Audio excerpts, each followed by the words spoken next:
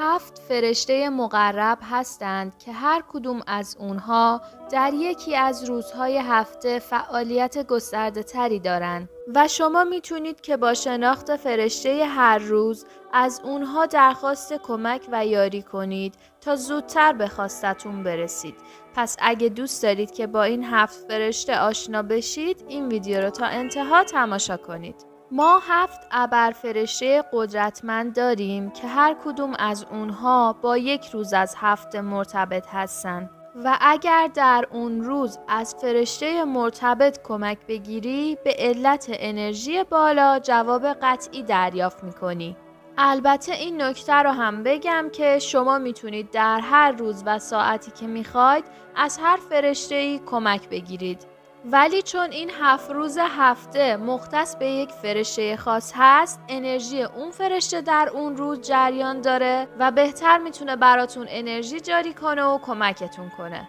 در ابتدا باید به یه سری سوالاتتون در مورد روش نامه نوشتن و اینکه بعد از نوشتن نامه رو چی کار کنید پاسخ بدم، چون خیلی ها توی کامنت درباره این موضوع سوال پرسیده بودید. شیوه نامه نوشتن اینطوریه که شما میتونید به هر فرشته‌ای در هر روز و در هر ساعتی که دوست دارید نامه بنویسید و تعداد نوشتن نامه ها هم اصلا محدودیتی نداره.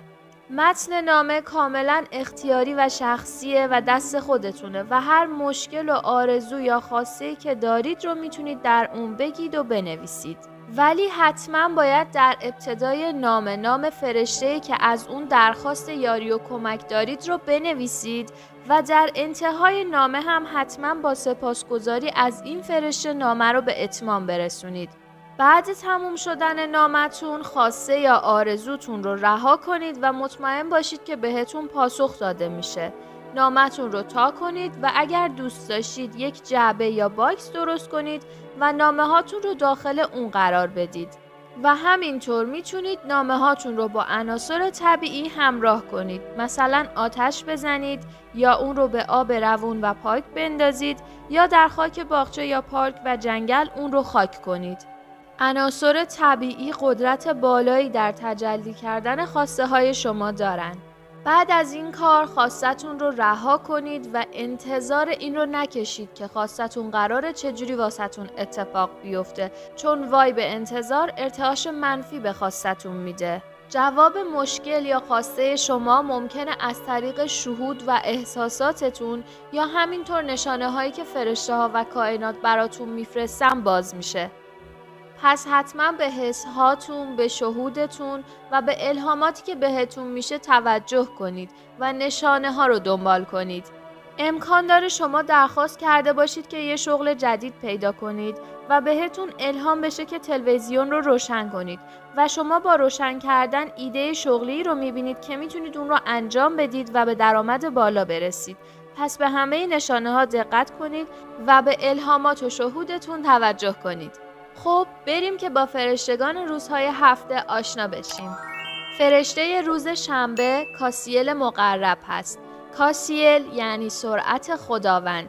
کاسیل مقرب لیدر فرشتگان صبر و قدرت هست.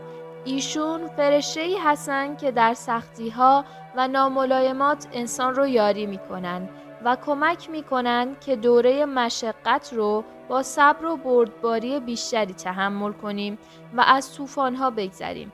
وقتی که عرصه بر شما تنگ اومد و وقتی که امیدتون رو از دست دادید و همه درها به روتون بسته شد و حتی وقتی که دردهای جسمانی و روحی اذیتتون کرد، کافیه که از این فرشته مقرب درخواست کمک کنید. بیشک به سرعت به یاریتون میاد. فرشته روز یکشنبه ابرفرشته مقرب میکائیل عزیز هست. ایشون لیدر فرشتگان محافظت هستند و فرشته‌ای جنگجو هستند. میکائیل به معنی شبیه به خدا هست. ایشون به عنوان قوی ترین ابرفرشته شناخته میشن و همینطور نام این ابرفرشته در تمامی ادیان گفته شده. ایشون عدالت میآورند و نگهدارنده صلح و آرامش هستند. شما در هر لحظه از زندگیتون میتونید درخواست کمک از ایشون داشته باشید و در تمام لحظه هایی که نیاز به یاری این ابرفرشته دارید و یا میخواید که از خودتون یا کسی حفاظت بشه، میتونید این ابرفرشته عزیز رو صدا بزنید و مطمئن باشید که بهتون یاری میرسونه و از شما حفاظت میکنه. فرشته روز دوشنبه گابریل مقرب یا همون جبرئیل هست. این فرشته لیدر فرشتگان پیام رسان هست و نام ایشون به معنی پیام آور خداوند هست. نام این ابرفرشته مقرب هم در تمامی ادیان گفته شده و به عنوان فرشته وحی شناخته میشن. این فرشته آگاهی دهنده و راهنما هست. شما میتونید در تمامی کارهاتون و در وقتهایی که در سر دوراهی قرار گرفته اید از ایشون راهنمایی بخواید. گابریل میتونه در تقویت شهود و روشنبینی شما کمک بسیاری بکنه. فرشته روز سه‌شنبه ابرفرشته مقرب شامیوئل هست، به معنای کسی که خدا رو میبینه. این فرشته لیدر فرشتگان آرامش هست. او نگرانی ها رو برطرف میکنه و صلح فردی و جهانی رو ایجاد میکنه و همچنین دریافتن اشیا و موقعیت های مناسب بسیار به شما کمک میکنه. این فرشته کمک میکنه تا هر چیزی رو که دنبالش هستید رو پیدا کنید، چون در مقابل چشمان ایشون هیچ چیزی پنهان نیست. اگر چیزی رو گم کردید و گم شده ای دارید یا در پی یافتن خانه، شغل و همسر مناسب و موقعیت‌های مناسب هستید و یا هر چیز دیگه ای، از این فرشته مقرب درخواست یاری کنید. فرشته روز چهارشنبه ابرفرشته مقرب رافائیل عزیز هست، به معنی شفادهنده الهی. این فرشته لیدر فرشتگان شفا هست و ابرفرشته اصلی هستند که بر درمان موجودات روی کره زمین نظارت می‌کنند. این فرشته بی نهایت مهربان و قدرتمند هستند و وقتی که شما ایشون رو فرا بخونید براتون بهبودی روحی، ذهنی و جسمانی رو فراهم می‌کنند و با نور سبز زمردین خودشون شما رو احاطه می‌کنند. شما میتونید برای درمان بیماری‌های خودتون و دیگران از این فرشته مقرب کمک بخواید. همچنین این فرشته مقرب حامی تمام مسافران در سفر هستند و همچنین به تمامی حیوانات گم شده و بیمار کمک میکنن. از ایشون درخواست کنید تا همه ذهن، بدن و روح شما رو شفا ببخشه. فرشته روز پنجشنبه زادکیل مقرب هست، به معنای تقوای الهی. این فرشته لیدر فرشتگان ذهن و اندیشه هست.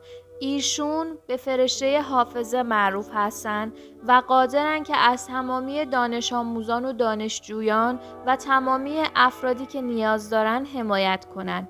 این فرشته عزیز درمانگر ذهن هستند و شما میتونید برای درمان مشکلات حافظتون از ایشون یاری بخواید.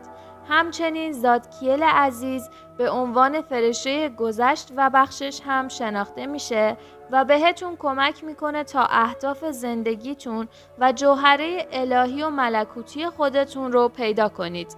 فرشته روز جمعه ابرفرشته مقرب یوریل عزیز هست. ایشون لیدر فرشتگان دانش و آگاهی هستند.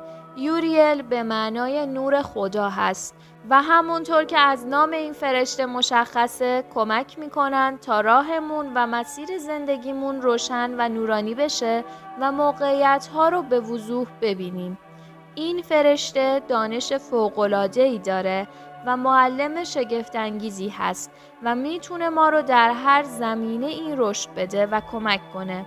هر آنچه که اطلاعات و دانش رو بخواید میتونید از این فرشته درخواست کنید. این فرشته دانش روحی رو برای ما به هر مقام میاره و در تمامی سطوح زندگی میتونه راهنمای ما باشه. اسامی فرشتگان هفته تموم شد و شما با این 7 فرشته مقرب آشنا شدید، ولی توجه کنید که شما میتونید از همه این فرشته ها در طول هفته یاری بخواید. البته ما فقط این 7 ابرفرشته رو نداریم. ابرفرشته های دیگه هم با مسئولیت ها و محبت های دیگه هستن که شما میتونید ازشون درخواست کمک و یاری داشته باشید. اگر علاقه‌مند هستید که راجع به باقی ابرفرشته ها هم بدونید، برام در کامنت بنویسید تا ویدیوی آشنایی با اون ابرفرشتگان رو هم بسازم. ممنونم از همراهیتون. در آرامش الهی باشید.